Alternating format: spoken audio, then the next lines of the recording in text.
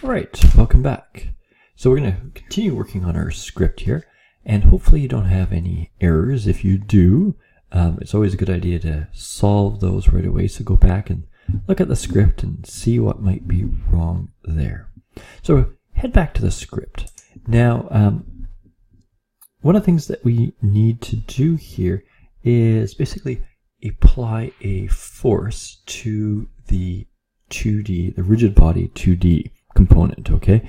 So we think back to our player. The player basically had the renderer, its position, and also this rigid body component, all right? Now, basically we need to do something to it. And we need a function to sort of, work on it, to move it, because that's really what we want to do. We want to be able to press the keys on our keyboard and move this object, move our player about. So what we're going to do is sort of like we did before, come in here and type in rigid body 2D, because that's the component that we're sort of interested in, okay? So there's our rigid body 2D, and I'm not sure why it's showing up as red at the moment. That should be...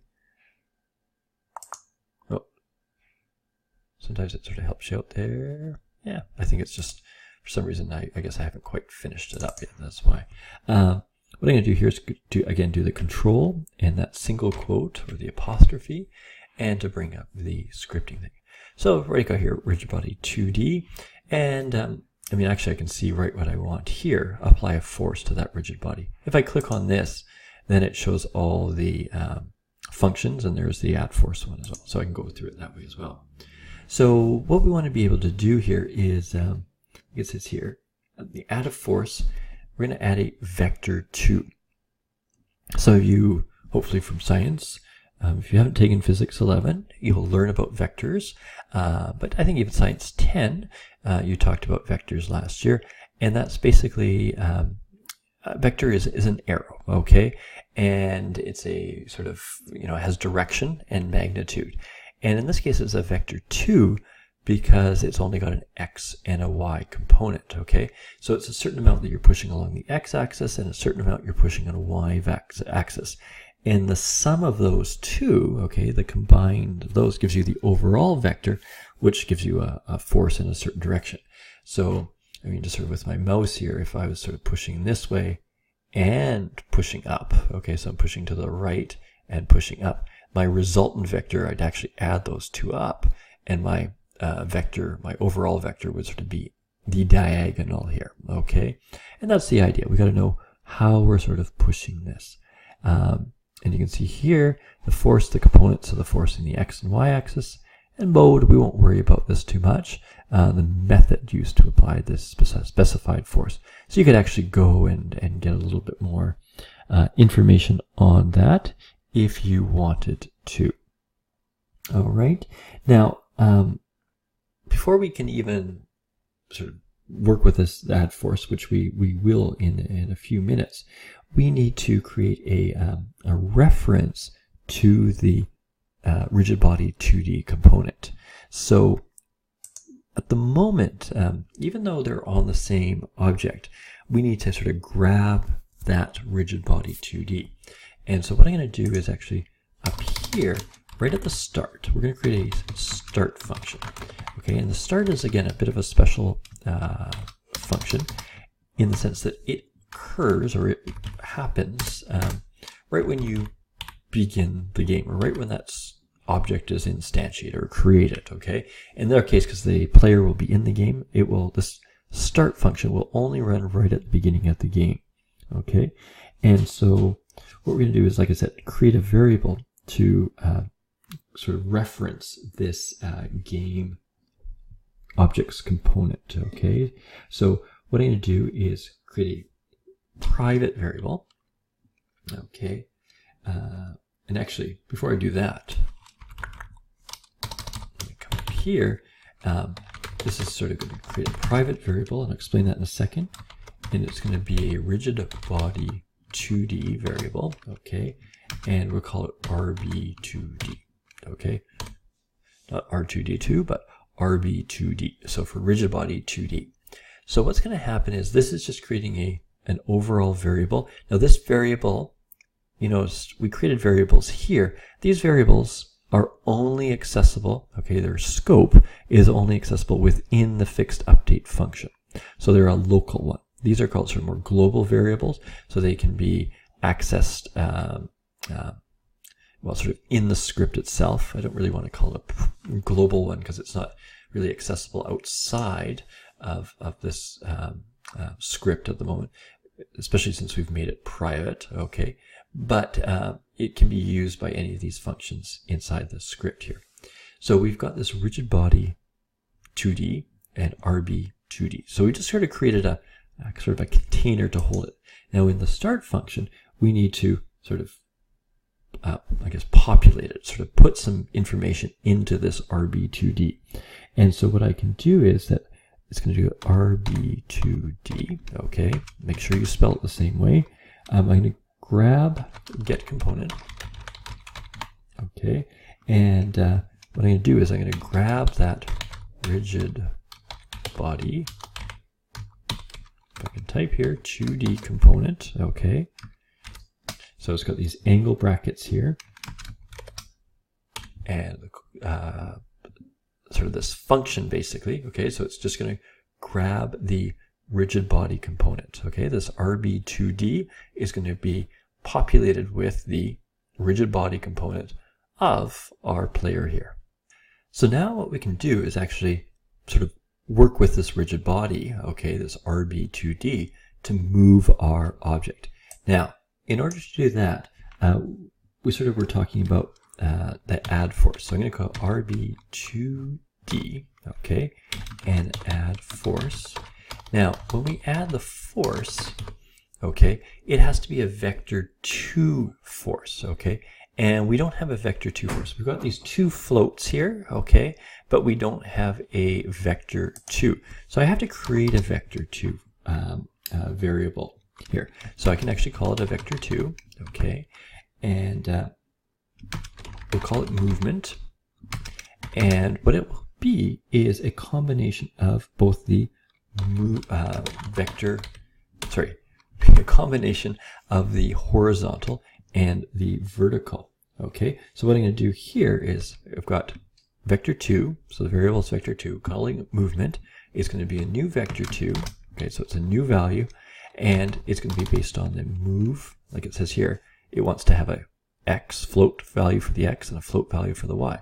So that's going to be my move horizontal and my move vertical. Okay, and so I've got those there. And now here, what I'm going to do is this force, this add force, has to be a vector 2. And so that vector 2 is movement. Now it seems a little bit difficult there perhaps, and you'll get just sort of used to it as you sort of spend some time working on these things. Now, I'm going to save it and see if I've got any errors.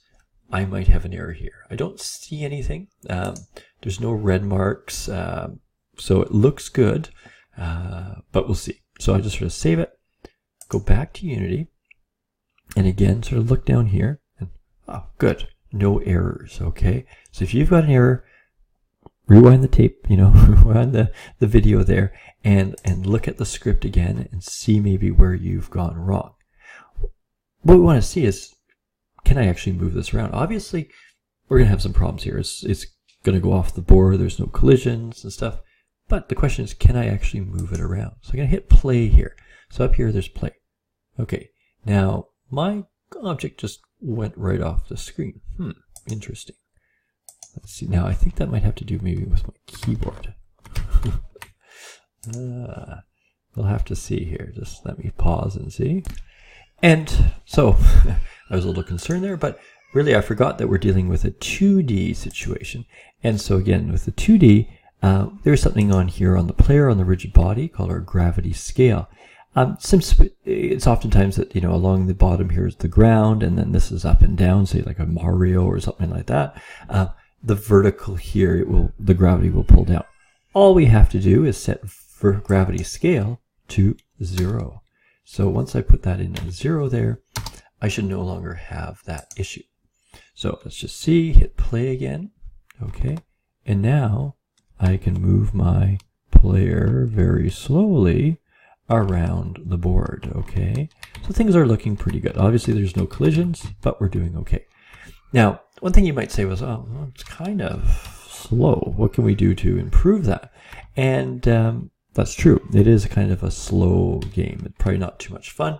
So let's see if we can speed that up. And to do so is actually pretty easy. We just need to go back into our coding and make a couple little changes. Basically what we want to do is multiply the movement by a sort of a speed. Okay, so I'm just going to put that in there. So multiply it by speed. Now you'll notice that it shows up as red, and the reason it does this is, well, it doesn't know what speed is. So what we're going to do is create a variable up here. Okay, again, this one's going to be sort of accessible to any of the functions within this script. And I'm going to call this one a public one. And the reason I'm going to call it public is that so that in Unity we can actually go ahead and modify it. And I guess it could be an integer, but we'll keep it as a float here. Okay, so we could put in a decimal number if we want to get really sort of specific. And we could obviously give it that same name. Now what we're doing here is giving us a bit of flexibility because we don't know exactly what speed we want. It's letting us sort of control that in the Unity game itself by making it a public variable. Okay. Now, when you build the game, it wouldn't be accessible to the player. Okay, unless you wanted it to be. But what it is to the developer, you can actually fine tune it inside the game engine rather than going back into the script. So again, we'll save this up. Remember, you always have to save to see if to see your changes.